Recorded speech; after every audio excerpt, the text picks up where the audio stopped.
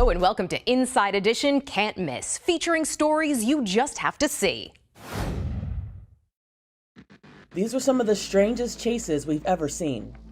Look at this guy, look at this! In 2015, this biker did death-defying stunts while driving 100 miles per hour and fleeing cops. He was doing stunts on the freeway right now, really just kind of showing off. He stood on the seats and even took selfies. And as motorcycle cops chased him, the suspect flipped them off. Does seem to be almost taunting those two officers. And flipped him off again. This guy driving off. Finally, the cops got him. They do have their guns out, which is a very dangerous situation. In 2018, a soldier stole a military armored personnel carrier and took cops on a wild pursuit through downtown Richmond, Virginia. Is that like loose? I don't know. What the is going on? The vehicle only reached a maximum speed of 40 miles an hour, so it was more of a slow speed chase. I was like, wow, I mean, this is shocking to see this tank driving down the street. And I mean, there had to be dozens and dozens of state troopers just in tow. The chase ended with no injuries or crashes. In 2018, these cows were in hot pursuit of a suspected car thief. The crazy cow chase started when 3 suspects allegedly stole a car in Florida. A police helicopter with an infrared camera followed the car until it crashed into a ditch. Driver's bailing, still got a passenger in the vehicle. One suspect fled on foot and found herself in the middle of a herd of cattle. Actually, the large group of cows is following her. Looks like they may attack her. 16 cows took off after the suspect. She's pretty far into the field now. If you see the large group of cows, they're literally following her and chasing her. The cows cornered her until police got there. She was taken into custody. In 2022, it was a police pursuit of a slow-moving farm tractor. The chase began in Boone, North Carolina. Police say the suspect behind the wheel of the tractor was driving erratically in a parking lot. The driver also hit several cars, a dumpster, and a church before hitting the road. Police tried to use stop sticks to bring the tractor to a halt, but it didn't work. Then one officer shot at one of the tires. After driving for some time without a front tire, the driver turned onto a private road and jumped out. He was soon taken into custody. Just a couple pigs chasing a pig. Hey, they said it first, so that gives us permission to laugh. I don't know. I'm just trying to keep it from being pig. In 2023, Kentucky's Louisville Police Department was called out to capture a potbelly pig who seemed to be afraid of being turned into bacon. Police say they tried using a hobble as a leash, but their new friend wasn't having it. Officers chase after the pig, neighbors chase after the pig, and there were lots of falls.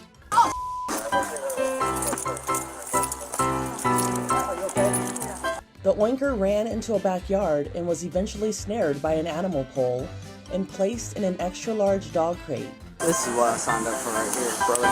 Pig, chicken, pig. In 2015, these wild turkeys went postal, quite literally.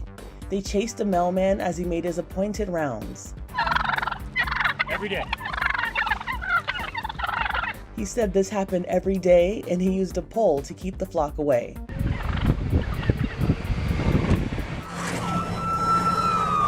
In 2019, this high-speed chase with an RV was called one of the craziest police chases ever.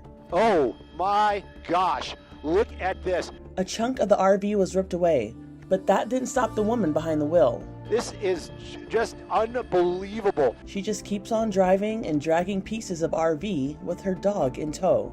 There's Fido out there. After a while, the dog had enough and jumped out. Oh! Oh my God! The pooch limps away and the wild chase goes on. Oh! No! Then another dog popped up, and that one stayed put. Finally, the chase came to an explosive halt when the woman smashed into a car. Oh! She fled on foot with her dog right by her. This is such a bizarre pursuit. She was eventually arrested with her faithful pup still at her side. This could have been horrible. It could have been, and you saw how reckless that driver was. Afterward, one of her dogs that got injured had to wear a cast on his legs. We expect her to do very well. She let us place the bandage on her paw. You know, she's really a sweet dog. Look at that! Whoa! Whoa! Very dangerous situation for sure. This car chase from 2016 got weirder and weirder. The people inside the getaway car were seen standing up in the speeding convertible, high-fiving people, taking selfies, and giving people handshakes. Some handshakes going on. The drama unfolded on live TV for almost 2 hours in LA. Whoa! Whoa! During the ordeal, TMZ, look at the tour truck. a TMZ tour bus even came by and blocked the Mustang. So the guys reached into the back seat and threw something at the bus. Customers at this restaurant saw the car flash by, then went back to watching it on TV. The chase has been called one of the top 10 most bizarre pursuits in LA history. Police say they showed restraint because they didn't want to endanger civilians. Whoa, got some spike strips. Got some spike strips. When the car finally came to a standstill, the suspects gave more high fives, then took more selfies and gave out more hugs. Then they nonchalantly waited for cops to bust them. Oh, signal 4 into a ASO K9 facility found place. In 2022, a box truck crashed into police and civilian vehicles during an almost 10-minute chase. Florida sheriffs say their help was requested by the Florida Highway Patrol to stop a suspect driving an allegedly stolen box truck. Signal 4 in wrong lane of traffic. The chase led officers on the I-75 freeway, down surface roads, and through parking lots, creating what police called a serious incident. A customer returned to their vehicle at this shopping center to find the passenger side had been sideswiped by the speeding box truck. The driver drove the wrong way on side streets in an attempt to elude capture. Trying to get to it. Speed 60 mile an hour. One of the pursuing officers tried to slow the truck down by ramming into the vehicle, but the box truck kept going. Eventually, the driver of the vehicle jumped out of the box truck and attempted to run away, but he was arrested. In 2018, this guy clung to the hood of a car as it sped down the highway at 70 miles an hour. 911, what is your emergency? Yes, I'm on top of a speeding vehicle. Someone's trying to steal my car. Okay, what's the address? I don't even know where I'm at. For 19 terrifying miles, the man hung on for dear life. He's swerving the car and I'm on top of the car. Okay, sir, I'm letting them know, okay? I really need help. In 2024, this homeowner casually sipped a cup of coffee on his porch, while cops chased the fleeing suspect right through his backyard. Sirens blared, and a police car even slammed into his tree. And the guy just casually watched. Michael Bartram and his wife Crystal talked to Inside Edition's Allison Hall. He's just a very calm person. He's always been a very calm person. He literally does not raise his voice. He does not get excited over anything. We want to induct you into the Inside Edition Chillest Dude Hall of Fame. Oh my God. Thank you. He's not excited about that either. Still going, just blew the stop sign at Fountain. In 2023, cops in Michigan spent 30 minutes trying to chase down a forklift that they said was stolen and driven around by a 12-year-old. They say the vehicle was parked at a middle school and was left unlocked with the keys inside. A 911 call alerted police that a child was trying to steal the vehicle, and officers quickly started tailing it. The forklift wasn't hard to track because it was only going between 15 and 20 miles per hour. But a 35,000-pound forklift driven by a 12-year-old can be dangerous at any speed. They say the driver damaged 10 parked vehicles, but fortunately no people. When the forklift finally stopped, cops took the child into custody and brought to the Child Detention Center. Stop! This police chase from March of 2024 happened when a bulldozer was stolen from a construction site. Hey! Stop! Cops quickly realized they were no match for the 75,000-pound vehicle. He is not stopping for me. He's going to go out on the main road. So, to make it a fair fight, they called in a second bulldozer. How fast is it? They can get up to probably about 30. Finally, the police bulldozer caught up with the runaway bulldozer, pushing it into a curb, ending the chase. The suspect, described as a disgruntled former employee, was taken into custody. Stop! You're being detained! In March of 2024, Albuquerque police on horseback went after a shoplifter. Albuquerque police! Stop! You're being detained! Police were about to start a patrol shift when a call came in about a suspected shoplifter at Walgreens. Stop! Stop! You're being detained! The suspect ran into oncoming traffic, trying to avoid the officer on horseback. Get on the ground! Come on. Get on the ground! You're being detained! Get out of the road! Eventually, the suspect was surrounded by 3 large horses and officers, but he continued to walk in circles. You are being detained for suspected shoplifting! Eventually, the suspect was put into handcuffs. According to police, he allegedly stole $230 worth of merchandise. Come on! Hey, stop! You're being detained! A fast food manager is being credited with saving a baby's life. Security video from a Richboro, Pennsylvania Taco Bell shows a white car pulling up to the drive-thru window. The driver, Natasha Long, had her 11-week-old son Miles in the back seat. She says she heard her son struggling to breathe, so she jumped out of her vehicle to grab him. The frightened mother screamed for help, a call that was answered by Taco Bell manager Becky Arbaugh. Arbaugh, herself a mother of 2, says she dropped her headset and sprang into action. Video shows Arbaugh performing chest compressions until the baby started to breathe again. Miles was taken to the hospital for treatment. Long says Arbaugh, who stayed with the mother and child until medical help arrived, saved her son's life. Taco Bell corporate wrote in a statement to Inside Edition Digital, quote, "We are incredibly proud of Becky from the Taco Bell brand's Richboro, PA location for her heroic act earlier this week. We are getting in touch to express appreciation for her quick actions and kindness."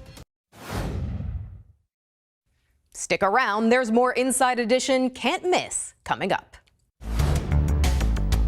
It's a little girl and she's running right for a busy intersection. Can they save the day?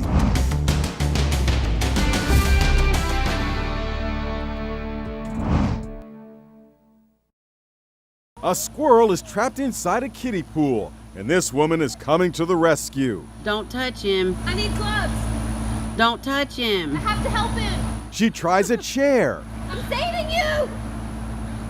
Let me save you. It works. Thank you. Sort of.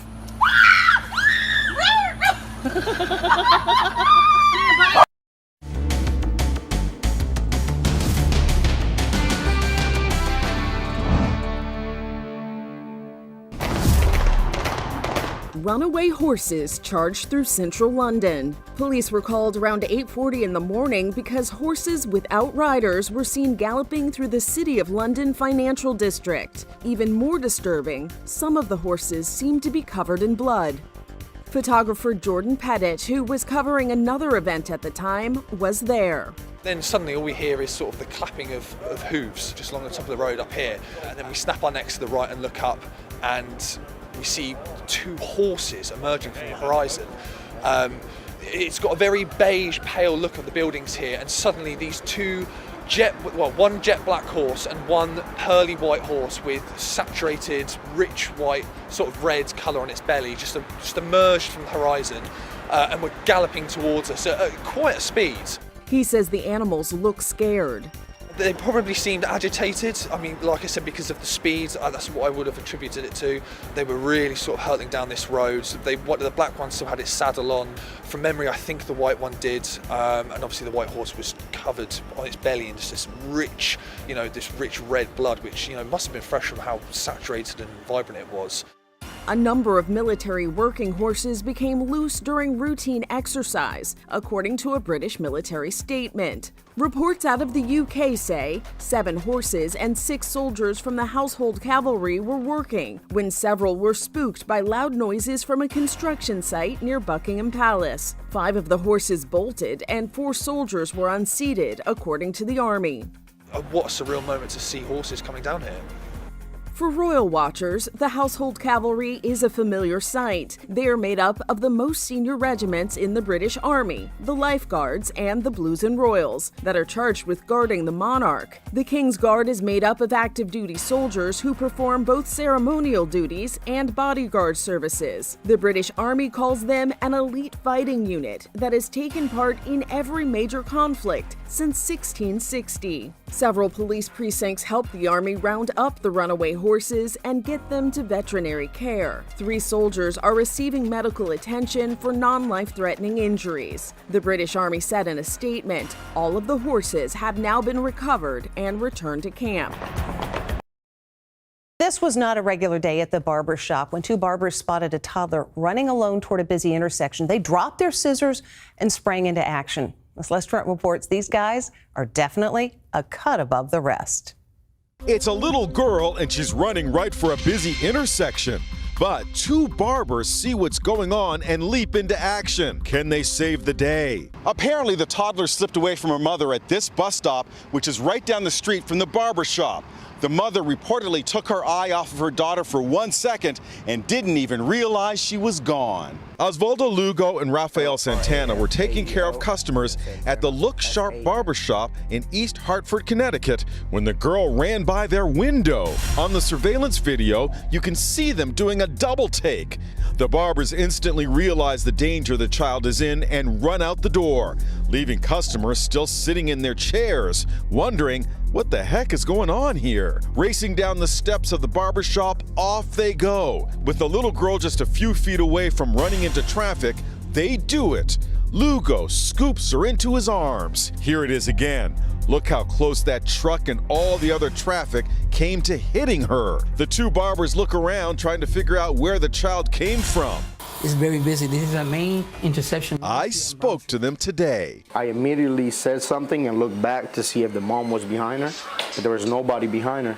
My initial reaction, it was just, I gotta get there. A day at the barbershop ends with a real close shave.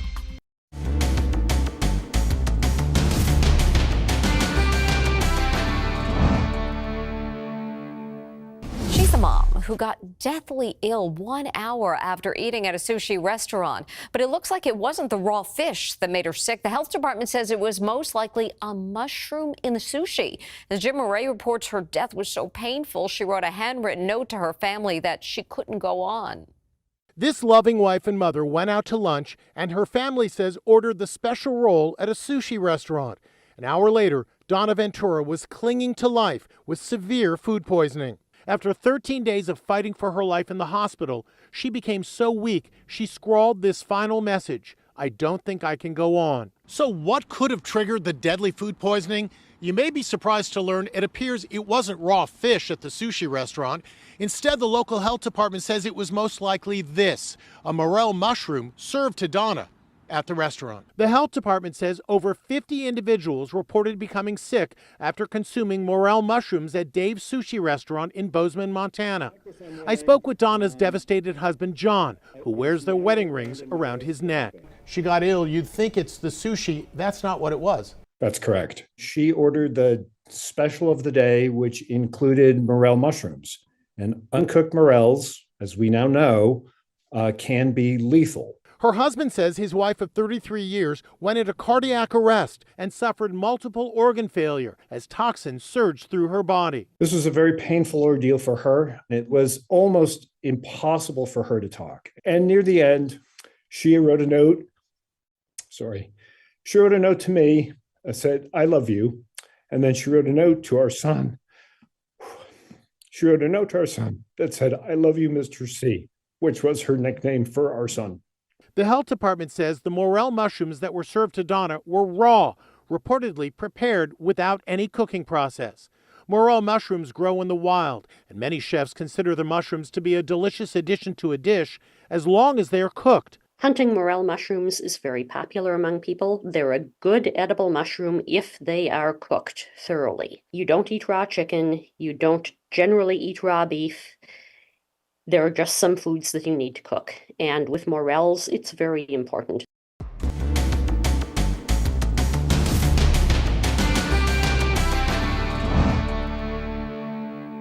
This man was driving a loaner car while his own car was in the shop when he was pulled over. And within minutes, he was terrified that he was going to be shot by officers. As Jim Murray reports, it was all a big mistake. Cops pull over a vehicle, and it's about to get really intense. Driver, this is Orange County Sheriff's Department. You're considered armed and dangerous. Do exactly as I say, or you could be shot. The officer believes the driver has stolen the Kia SUV. Go ahead and step out of the vehicle with your hands in the air and face away from me. The terrified driver complies. The top collar of your shirt and pull it up. Pull it up so I can see your waistband. With his shirt covering his head, the man manages to walk backwards. He has no idea why he's been pulled over. Keep walking, keep walking. Cops armed with assault rifles then converge on the vehicle.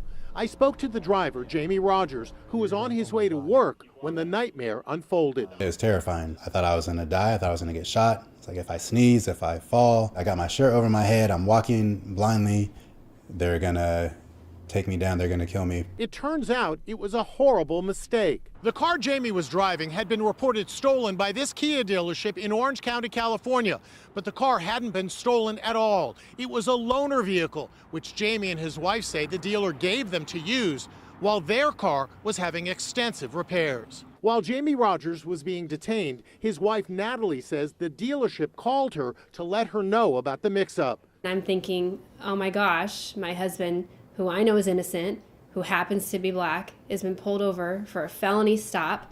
Every thought was going through my mind was, how was he treated? Was he thrown to the ground? Is he in jail somewhere?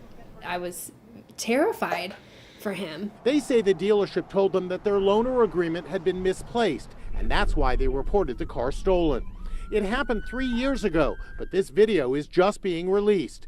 These parents of 2 young children shudder to think what could have happened if their kids had been in the car. I'm just so grateful that my kids weren't there. Are you furious with the dealership? Yes, very frustrated.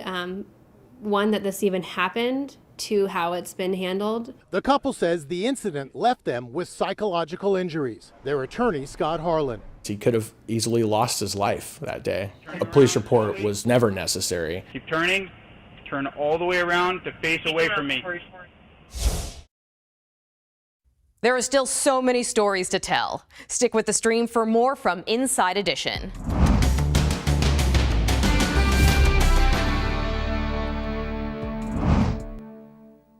Powerful stories that change the way you think. Impactful investigations that change the way you see. How many times has your car been stolen? 5 times. Yeah. What? Do you think that you're a responsible owner of tigers? I damn sure do. Heartwarming moments that change the way you feel. I feel amazing. Now available in a place that changes the way you watch TV. Inside Edition, streaming.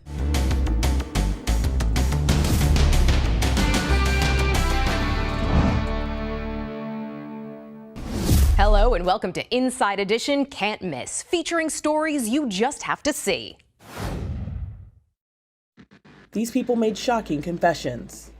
Shocked isn't a big enough word. In 2023, Ashley Randall's father, Thomas, was dying of lung cancer when out of nowhere, he admitted he once lived under another name. Mom, Dad, and I were in the living room watching NCIS, and he just sort of out of the blue calmly said, well, ladies, just in case something comes up after I pass, I just need to let you know that I changed my name when I moved here. Nobody can know. The authorities might still be looking for me. He really quietly said, if I tell you, you have to promise you won't look into this. His real name was Ted Conrad. I couldn't not look. And the first thing that popped up was a headline that said something like, Ted Conrad, vault teller, bank heist. Les Trent has more. In 1969, Ted Conrad stole $219,000 from a bank in Cleveland where he worked as a teller. On the Friday before his 20th birthday, he simply filled a bag full of cash and walked away, never to be seen again. In today's dollars, his take would be nearly $2 million. With his new ill-gotten wealth, Ted Conrad started a new life. He bought a penthouse apartment in Boston, played golf often, and became a car salesman. By the time he married my mom, the money was gone. But all that time, he was still being sought. America's Most Wanted and Unsolved Mysteries both did stories about him. And a father and son team, U.S. Marshals John and Pete Elliott, told Les Trent they made it their mission to capture him. Did you guys, do you think, ever come close to finding his identity? No, is the best answer I can give you. We follow leads all over the country and sometimes even the world. The daughter told the remarkable story on a podcast, Smokescreen, My Fugitive Dad. Because we were so close, I just assumed that since I had no secrets from him, he wouldn't have any from me. Absolutely horrible every day. Almost every minute of every day has been a nightmare. In 2018, after 25 years, Brian Hawkins had something to confess. He told a reporter at a TV station in Redding, California. I'm going to turn myself in next door at the sheriff's department for a crime I was involved in years ago, and somebody lost their life. Hawkins admitted to killing 19-year-old Frank McAllister in 1993. While McAllister's car was discovered in a parking lot, no one was ever arrested or charged in connection with his death. Hawkins and 2 other people allegedly robbed the teenager. They then stabbed him to death and dumped his body in the woods. It was found the next year. Hawkins and the others were all charged with crimes in connection to the death. Frank never even got to have a life, and neither did I. He finally confessed that he killed Natalee. He described when and how he killed her. In 2023, Joran Vandersloot struck a plea deal with federal prosecutors in Alabama that required him to reveal what happened the night Natalee Holloway vanished 18 years before. Vandersloot gave a detailed narrative of what he says happened after he left a casino in Aruba with Natalee. I'm with Natalee walking along the beach. We started kissing each other. She tells me no. She tells me she doesn't want me to. I insist. She ends up kneeing me in the crotch. I get up and I kick her extremely hard in the face. Right next to her, there's a cinder block. I smash her head in with it completely. I half pull, half walk her into the ocean. I walk up to about my knees and I push her off into the sea. He said that after killing her on the beach in Aruba, he put her into the water, and that was the last that he ever saw her. Stephen Fabian has more. Vandersloot wore an orange prison jumpsuit with his hands shackled to a chain around his waist as he entered the courtroom here in Birmingham. The room packed with Natalee's friends and family. Vandersloot spoke softly to the judge and at one point actually issued an apology to the Holloway family and said he hoped his statement confessing to her murder would give the family some closure. I got the answer I've been searching for the past 18 years. Long-awaited justice for this family, and you could just feel it in the courtroom how the weight had been lifted for especially Beth Holloway. 4 months before, Vandersloot was extradited to the U.S. from Peru on charges of trying to extort $250,000 from Beth to reveal the whereabouts of Natalee's remains. Natalee's case, it's solved. As far as I'm concerned, it's over. It's over. In 2018, 15-year-old Greg Ramos confessed to strangling his mom over a bad grade. Do you solemnly swear or affirm to tell the truth, whole truth, and nothing but the truth, so help you God? I do. Megan Alexander has more. Police say Greg Ramos and his mother got into a terrible argument when he came home with a D in school. Around midnight, he allegedly sneaked into his mom's room and strangled her. Then he went to get a wheelbarrow to bring the body out of the house. When he returned, he discovered she was still alive. He told police he strangled her again, this time taking half an hour to kill her. He called 2 school friends who allegedly helped him bury Gail Clevenger in a fire pit near a church outside Orlando. All the stones were arranged. It was a fire pit, and this is where him and his friends would always come. We did a cursory search. Unfortunately, her foot was protruding after digging down maybe 8 or 10 inches. That's not really a big place to where he put his mom. At first, young Greg Ramos told police he came home from school and found his home had been ransacked and his mother missing, presumably abducted by the burglars. But Greg Ramos had scratches on his face and he was taken in for questioning. Pretty soon, his story fell apart. It was very boom, boom, boom, boom, boom. Normally you figure there's a point in time where somebody's going to break down or there's going to be some type of emotional. There was no emotional, nothing. There was nothing at all like that. Gail's last post on Facebook was this photo of her son when he was 6 years old. Love this face, she wrote. In 2018, Emily Morris recorded her former high school coach admitting they had an inappropriate relationship when she was a teen. I'm starting recording now. Let's hope this goes well. So yeah, it would have been kick-ass just to have had a non-sexual relationship at that time. Was it electric at times? Heck yeah. In 1996, Emily Morris was an honor student and star athlete at Lindbergh High School in St. Louis. She was fast, she was clever, she was beautiful, she was intelligent, and any sport she tried, she excelled at effortlessly. Her mom, Joan, says Emily pursued cross-country and track at the urging of her coach, Jim Walder. He was very charismatic. Jim appeared to be the perfect high school coach. Coach Walder was 29, Emily was 15. I felt like a flustery little kid because I did not know what to do. I'm the coach. I turned into a flustery little kid. I think he singled out Emily because she was insecure. She felt that she was a nerd. Her sister Andrea recalls sensing something was wrong. I remember her just being so upset so regularly about the way she looked or, what she was wearing, and she'd be crying before she went to school. She found this drawing Emily scribbled behind a photo of her wearing a track uniform. Coach Wilder told me to get liposuction after he saw this picture. I was so frustrated, okay, but that was us up in your room naked, or you were naked, mad, frustrated, horny. She was embarrassed about what had happened, and she felt guilty. 17 years later, Emily, now 32, went to the police. They gave her a recording device which Emily tucked inside her bra. Then she drove to a local shopping mall to meet Coach Walder. The coach suspected something was up. How are you? You're not wired, are you? But why did we never end up being together? Because did you love me then? It's just not what I would have ever thought I would do. There's a couple people that know, and I feel ashamed almost every time I see them. We did something that wasn't right according to our laws these days. But I'm not a creeper. She came back and cried and cried and cried. She was worried about ruining his life. Jim Walder was charged with statutory sodomy, but before it even went to trial, tragedy struck. She was dead on the floor.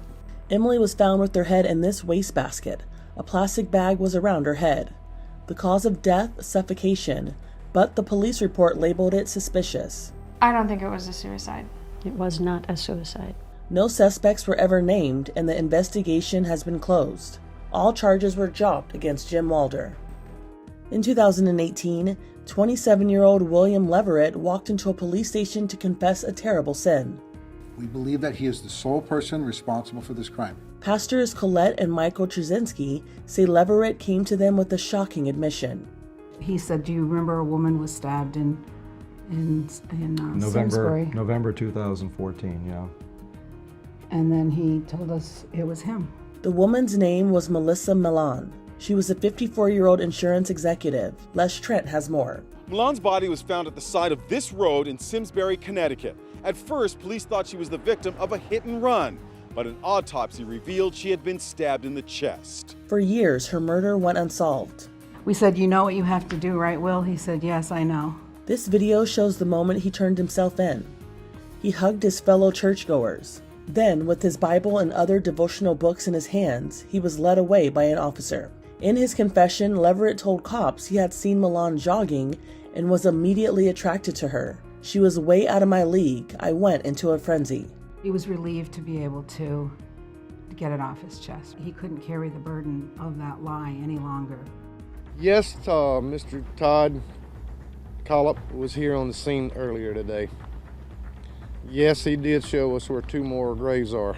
In 2016, a man accused of holding a woman against her will in a storage container in South Carolina for 2 months confessed to murdering 4 other people in 2003. It's called the Super Motorbike case. Scott Ponder was killed. Beverly Guy was killed. Mr. Brian Lucas was killed. And Chris Shuby Sherbert was killed. I'm happy to report to you because my God answers prayers. We signed 4 warrants on Todd Kellop today with a confession that he did this crime. The 2003 murders he confessed to took place in a motorcycle shop. Anything you wish to say at this time? Not at this time, sir. I look at this person and I see someone without a soul. Melissa Brackman was pregnant when her husband, the owner of the bike shop, was killed. I was speechless, maybe for a second, and then I had a million questions for him because I've had no answers for so long. He was a disgruntled customer. He was mad. After his confession, Collip took authorities to his 100-acre property in South Carolina and showed them where the bodies were buried. There they are, and there they'll stay. In 2024, the mystery behind the theft of Judy Garland's ruby slippers from The Wizard of Oz was solved. Anne Mercogliano explains. It's the deathbed confession from a dying mobster who's decided to set the record straight about that infamous 2005 theft. He's currently said to be in his final days in hospice care. Why did he come clean? He wants to come clean to clear his conscience before he dies. He's very sick. Terry John Martin admitted to stealing the shoes from the Judy Garland Museum in Grand Rapids, Minnesota. I think when you are seeing your own mortality, you are more willing to speak frankly. Even though these shoes that he stole had no rubies, they still have a lot of value, right? Another pair has been sold for $2 million. And if they came up again, who knows, $3 million. Martin was ordered to pay restitution to the museum. Because of his poor health, he received no prison sentence. I don't regret killing my mother. And as evil as that may sound, that's my reality. In 2017, this confession came from an American heiress who murdered her wealthy mother on vacation in Bali. I made it up. In my heart, in my mind, my soul, in my blood, in the oxygen running through my body, that I wanted to kill my mother. 21-year-old Heather Mack explained why she beat her mom to death and stuffed her body in a suitcase. When I was 10, my mother killed my father in a hotel in Athens, Greece. Family friend Elliot Jacobson says Heather's claims were nonsense. It's the kind of statement that doesn't even warrant a response. It's such an absurdity. The death certificate for Heather's father, James Mack, gives the cause of death as pulmonary embolism, a blood clot in the lungs. Heather was never easy to figure out. I just think she's unhinged. I also think in this video that she's under some kind of opiate, heroin or cocaine. Heather also claims that she tricked her boyfriend, Tommy Schaefer, into taking part in her mom's murder. He's now serving an 18-year prison sentence. I regret trapping an innocent person into this because it was my battle. It's my mother. It was my father. I don't regret killing my mother. In 2022, when the story of serial killer Jeffrey Dahmer was popular on Netflix, Inside Edition shared a never-before-seen interview he did. What questions are we going to start out with? It took place inside the maximum security prison in Wisconsin, where he was serving 999 years. Dahmer was 33 when he told Nancy Glass about his twisted motive for killing 17 men. Not because I was angry with them, not because I hated them, but because I wanted to keep them with me.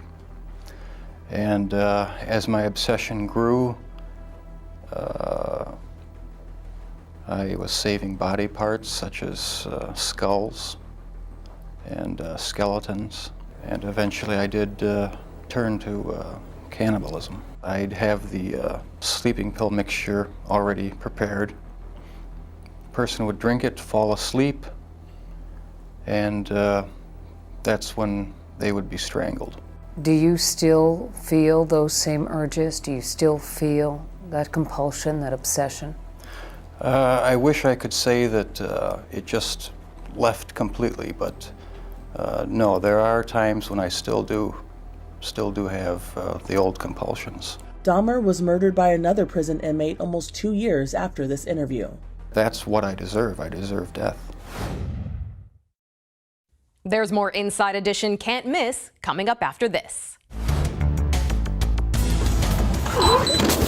Police in Connecticut are getting some backlash on social media.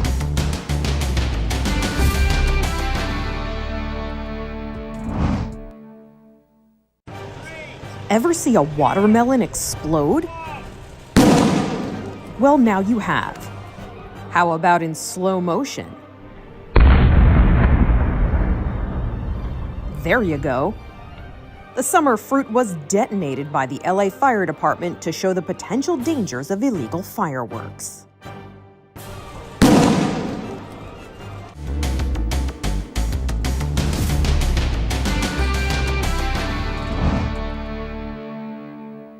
Now, Now, some heartbreaking video of a boy on a treadmill, but prosecutors say not by choice. They say his dad was forcing him to run during months of abuse that ultimately led to the boy's death. Now the dad is on trial, and as the video was shown, the boy's mother sobbed on the stand. Les Trent has our report, and we warn you the details are upsetting. The shocking video will break your heart.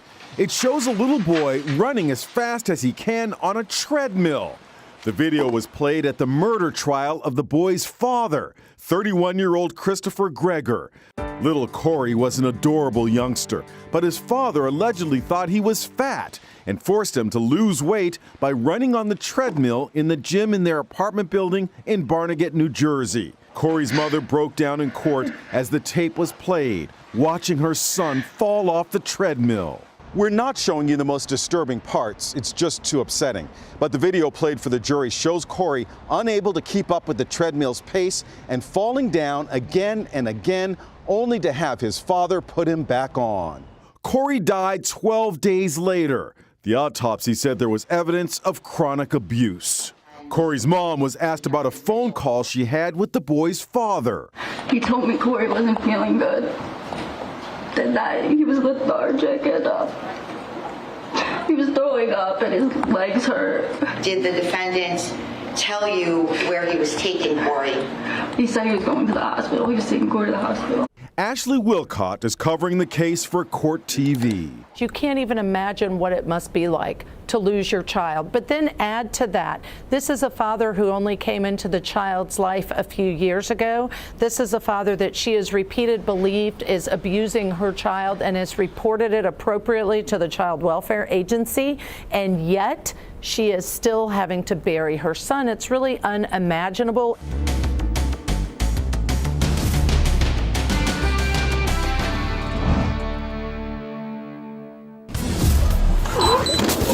Police in Connecticut are getting some backlash on social media over video of an ATV hitting a police cruiser. Dashcam video from the New Haven Police Department shows the cruiser driving up Farnham Drive, a road that leads into a local park. Farnham Drive has been designated pedestrian only since 2020. Bicyclists, walkers, and adults pushing strollers can be seen on the other side of the road. Officers say they noticed an ATV driving at a high rate of speed. New Haven police said in a statement, the officer slowed the cruiser and angled it to protect the families and pedestrians they had just passed, while providing a point of egress to the side of them for the oncoming ATV to pass the cruiser. Instead, the driver of the ATV lost control, according to authorities, and hit the front passenger side of the police vehicle. Critics say the officer could have used another tactic to slow the ATV down, but police say the cruiser's lights were on and the situation was handled properly. New Haven Police Chief Carl Jacobson said, "Our police officers engaged in a potentially life-saving maneuver on behalf of this family that was in harm's way." The ATV driver was taken to the hospital with serious injuries. Authorities say the driver will be charged for the incident when they recover.